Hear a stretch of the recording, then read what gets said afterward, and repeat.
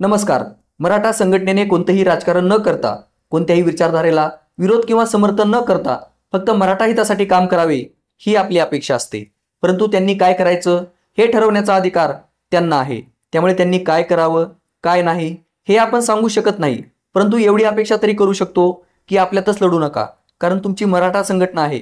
त्यामुळे दोन्ही बाजूला मराठा आहेत, अर्थात त्यांच्यातच लढाई होईल.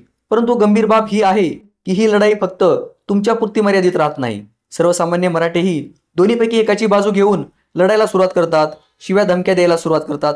हे आपण यूट्यूब किंवा इतर सोशल मीडियावर पाहिलंच असेल. आणि दोघांपैकी एकाची बाजू घेण्याचा आधार असतो राजकीय विचारधारा. कोणती संघटना कोणत्या पक्षाचं किंवा नेत्याचं काम करते त्यानुसार मग आपण ठरवतो की कोणाला समर्थन द्यायचं आणि कुणाला शिव्या द्यायच्या.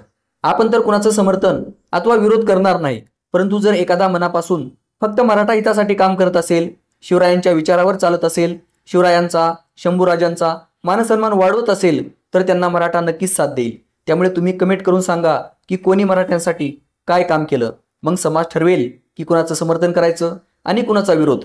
जर आपण पण निष्पक्ष व निस्वार्थ मराठा असाल तर आपलं इथं स्वागत आहे. चॅनल सबस्क्राईब करा.